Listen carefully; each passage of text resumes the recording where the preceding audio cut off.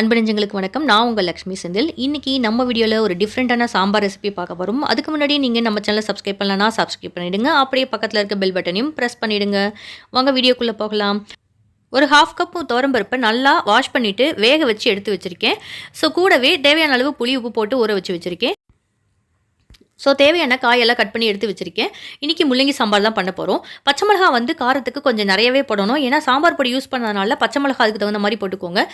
ஒரு 5-6 செல்லு தேங்காய் எடுத்து வச்சுருக்கேன். இதை அரைச்சி நம்ம சாம்பார் கூட சேர்க்க போகிறோம். இந்த சாம்பாருக்கு ஆக்சுவலி முள்ளங்கி, வெண்டைக்காய் இந்த மாதிரி காயில் பண்ணும்போது ரொம்பவே நல்லாயிருக்கும். எப்படி பண்ணலான்றதை பார்க்கலாம். ஒரு கடாயில் ஒரு 3 ஸ்பூன் அளவுக்கு எண்ணெய் விட்டுக்கலாம். எண்ணெய் காஞ்சதும் கடுகு, அப்புறம் ஜீரகம், காஞ்ச மிளகா காரத்துக்கு தகுந்த மாதிரி. இப்போ நார்மலாக சாம்பாருக்கு ஒரு காஞ்ச மிளகா போட்டு தாளிச்சிங்க அப்படின்னா இதுக்கு ஒரு 2 காஞ்ச மிளகா போட்டு தாளிச்சிக்கலாம்.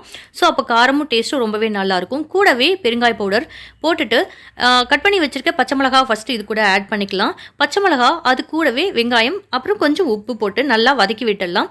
இது கொஞ்சம் வதங்கி வந்ததுக்கு அப்புறமா நம்ம கட் பண்ணி வச்சுருக்க முள்ளங்கியை இது கூட சேர்த்துக்கலாம். முள்ளங்கி ஒரு 5 மினிட்ஸ் நல்லா வதங்கணும்.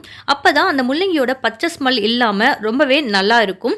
நார்மலாக நீங்கள் நார்மல் சாம்பார் வைக்கும் போது கூட முள்ளங்கியை ஒரு 5 மினிட்ஸ் நல்லா எண்ணெயில் வதக்கிட்டு அதுக்கப்புறம் வச்சிங்கன்னா அந்த ஸ்மெல் இருக்காது, டேஸ்ட்டும் ரொம்பவே நல்லாயிருக்கும். இப்போ முள்ளங்கி நல்லா வதங்கிடுச்சு. நான் தக்காளி ஆட் பண்ணிக்கிறேன். தக்காளி ஆட் பண்ணி நல்லா வதக்கிட்டு தேவையான அளவு மஞ்சப்பொடி போட்டுக்கலாம். ஏன்னா கலருக்கு மஞ்சப்பொடி மட்டும்தான்.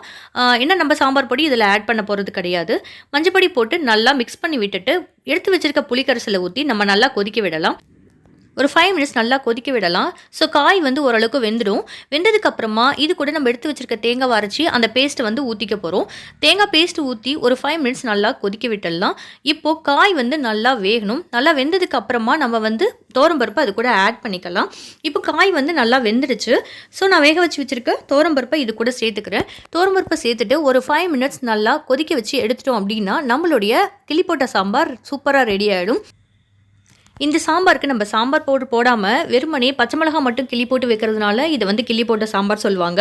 டேஸ்ட் கூட ரொம்பவே நல்லாயிருக்கும். எப்போவும் ஒரே மாதிரி நம்ம சாம்பார் ட்ரை பண்ணாமல் இந்த மாதிரி கொஞ்சம் டிஃப்ரெண்ட்டாகவும் ட்ரை பண்ணி பாருங்கள். டேஸ்ட் ரொம்பவே நல்லாயிருக்கும். இப்போ நம்மளோட சாம்பார் ரெடி ஆகிடுச்சு. நான் கொத்தமல்லி கருவேப்பிலை போட்டுட்டு நல்லா மிக்ஸ் பண்ணி விட்டுட்டு எடுத்து வச்சிடலாம். நீங்களும் இந்த மாதிரி புதுசாக ட்ரை பண்ணி பாருங்கள். பிடிச்சிருந்தனா மறக்காமல் நம்ம சேனலுக்கு கமெண்ட் பண்ணுங்கள், லைக் பண்ணுங்கள், ஷேர் பண்ணுங்கள். மீண்டும் ஒரு அழகான விஷயத்துடன் உங்களை சந்திக்கிறேன். நன்றி.